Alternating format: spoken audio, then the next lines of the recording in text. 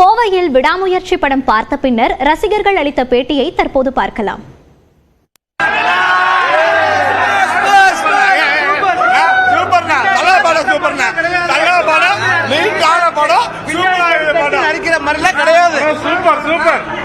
சூப்பரா இருக்கு, நீட்டான படம், நல்லா இருக்கு. ஃபேமிலியா பார்க்கலாம், ஃபேமிலி ஆடியன்ஸா பார்க்கலாம், நல்லா இருக்கு. நல்லா பண்ணிருக்காங்க. படம் ரொம்ப நல்லா இருக்குண்ணா, எல்லாரும் மஸ்ட் வாட்ச்னா. சூப்பரா இருக்கு, பயங்கரமா இருக்குண்ணா, நல்லா இருக்கு. அஜித்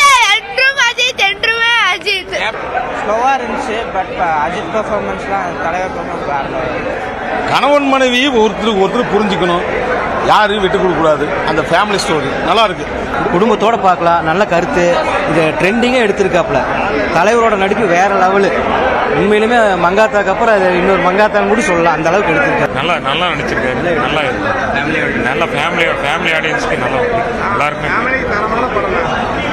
ஒரு ஹாலிவுட் பார்த்த படம் மாதிரி இருக்குது. எப்படி ஸ்டார்ட் ஆச்சு, எப்படி முடிஞ்சது தெரியல. எதிர்பார்க்காத ஒரு கிளைமேக்ஸ். நான் ஹாலிவுட் படம் மாதிரியே எடுத்திருப்பாங்கன்னு நினைச்சேன். ஆனால் பரவாயில்ல, என்ன மாதிரி கிளைமேக்ஸ் வந்து ரொம்ப சூப்பரான கிளைமேக்ஸ். நீட்டா எவ்வளவு ஸ்மூத்தா கொண்டு போறோமோ அவ்வளவு ஸ்மூத்தா கொண்டு போயிட்டு இருக்காரு. மகிழ் திருமேனி உண்மையா சூப்பரா கலக்கிருக்காரு. அர்ஜுன் எல்லாருமே சூப்பரா பண்ணிருக்காங்க. ரெஜினா எல்லாமே சூப்பரா பண்ணிருக்காங்க. ஆமா, விஜய் ரசிகர்ஸ் தான் நாங்க எல்லாம் தலையோட ஃபர்ஸ்ட் ஷோ பாக்குறதுக்காக வந்தோம். எதிர்பார்த்ததை விட நல்லா இருக்கு. மூவி நல்லா இருக்கு. 2 வருஷம் கழிஞ்சு பயங்கர ட்ரீட் தான். தலைக்கு வேண்டியதான் வெயிட் பண்ணிட்டு இருந்தோம். ஆனால் படம் நல்லா தான் இருந்துச்சு. ஃபர்ஸ்ட் ஹாஃப் வந்து சூப்பராக இருந்துச்சு, செகண்ட் ஹாஃப் வந்து ஓகே. ஆனால் ஓவரால் படம் நல்லா இருக்குண்ணா.